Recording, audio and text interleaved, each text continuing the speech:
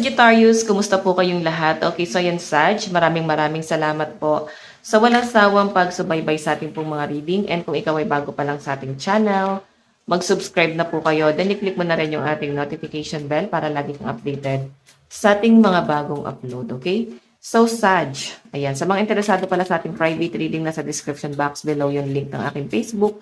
Message nyo na lang po ako. Okay? Okay. Sag, tignan natin.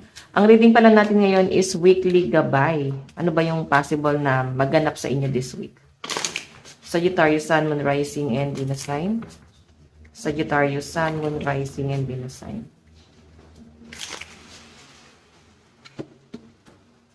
Ganap po kay Sag this week. Okay, so Sag, meron tayong anxiety. Medyo stress ka, guys. Meron kang gustong mangyari dito na parang gusto mo na ma-overcome yung stress na yan, yung pag-overthink mo. Nakikita ko rin sa mga Sag na medyo stress ka sa mga nagaganap. Pwedeng stress ka sa pera, sa mga responsibilities. Stress din yung iba sa inyo, guys. Pagdating sa mga resources nyo. Parang pili nyo ang tumal, no? Ang tumal ng pinansyal. Pwedeng nandun din sa point na yung ibang Sag dito, parang kontento ka naman sa kung ano yung trabaho mo ngayon. Kasi parang nagpi-freelance yung iba sa inyo. May business kayo. Okay, kontento kayo sa ganun. And yun nga lang guys, medyo stress pero hindi ka nawawalan ng pag-asa. Hope nandito, battle. So, napifeel mo guys na ma-overcome mo rin. Okay? Tingnan natin guys. Okay.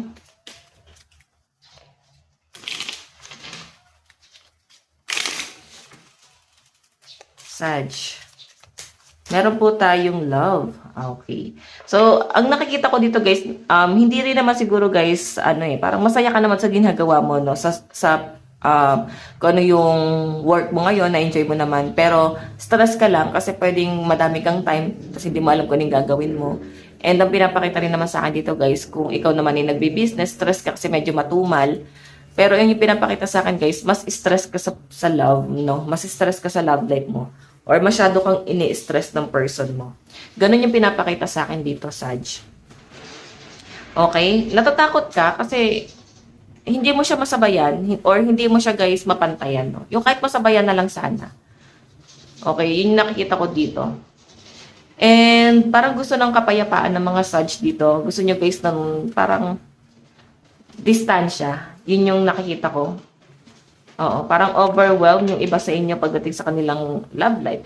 Masaya ka naman sa relasyon niyo ng person mo, pero mas nakikita ko yung gusto mo ng ng kapayapaan kasi parang di mo na siya magawa. Masyado ka na guys, nakokontrol.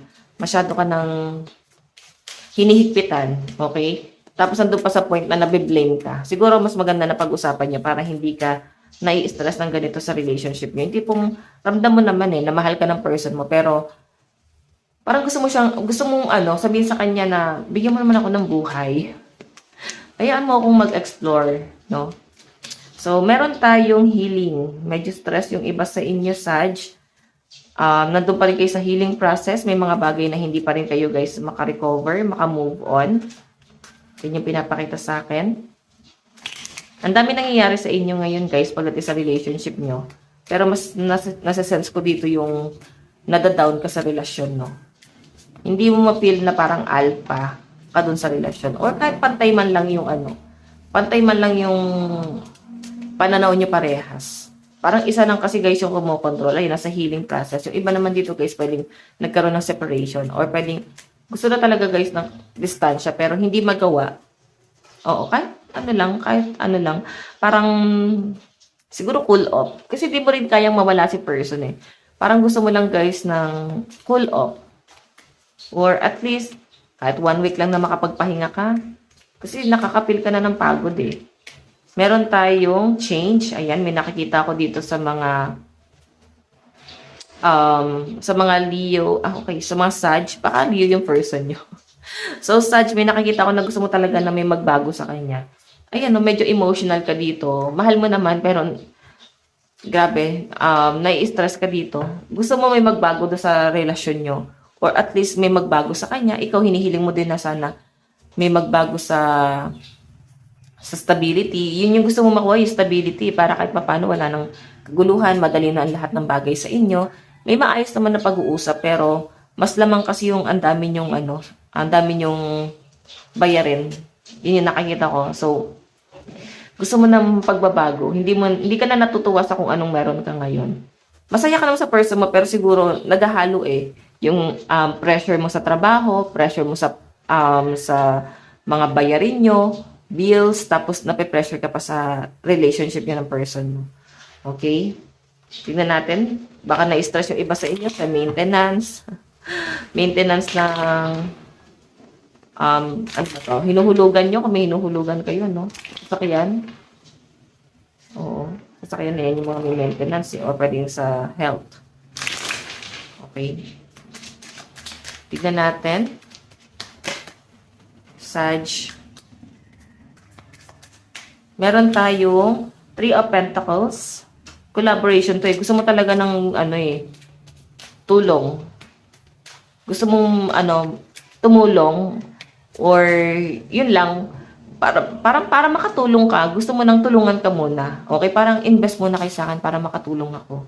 Kasi parang nakikita ko sa mga Sag medyo may pagod. Oo.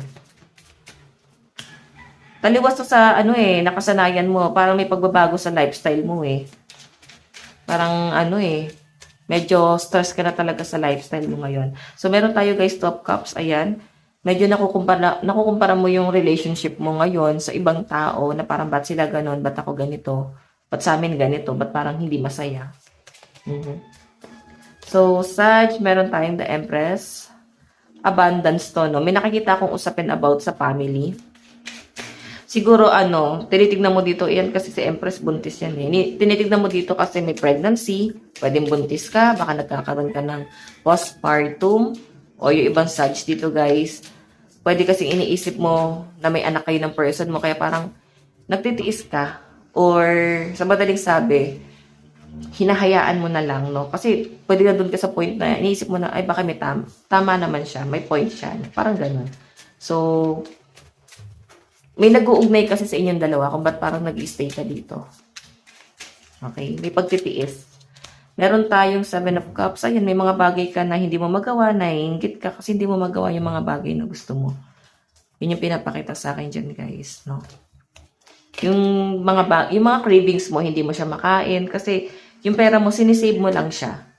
Okay? So, may nakikita rin naman ako ditong mga Sag na okay naman yung finances, pero yung sinisave mo dito is dahil nga yung person mo, pinipressure ka na parang, alam mo yun, parang kailangan ito yung gawin natin. Isave mo yung pera mo, mag-ipon ka. Okay? May ibang Sag kasi dito guys na talagang may conflict na. Pwede nyo guys i-reverse yung energy. Pwede kasi energy ng person mo to. Pwede ikaw itong walang finances, walang pera. Pwede siya kasi yung may magandang trabaho. So, ayan. 'Di ba? So, may nakikita rin ako dito Sag na possible na this week baka may travel na maganap. Okay, baka mag-out of town, baka parang mag-unwind muna sa malayo. Okay, advice. Ayan guys, tignan natin yung mga zodiac sign na kadil mo. Nakalimutan ko to kanina sa Leo. Okay. Meron tayong Virgo, Scorpio, Leo, okay. Libra, Aquarius. Meron tayong Cancer, Virgo, Scorpio, Aquarius, Libra, Sagittarius, Gemini, energy. Advice. Meron tayong where there a will, there's a way. Ayan. So, ayan, pasensya na guys, may kumatok lang, no? I think yung iba sa inyo, naguguluhan ka na, no? Ano ba talaga yung direction mo? Sang path ka ba nararapat? Parang ganun. Hindi mo alam kung saan ka na patungo. So, siguro guys, go with the flow ka na lang muna. Since hindi mo alam kung saan yung direction mo. So, once na ma-overcome mo na yan, doon ka mag-isip, ano yung next step na gagawin mo para hindi ka ma-pressure. Okay? So, Sag, ito lang po ang inyong reading. Maraming salamat po. God bless and love you. Bye-bye.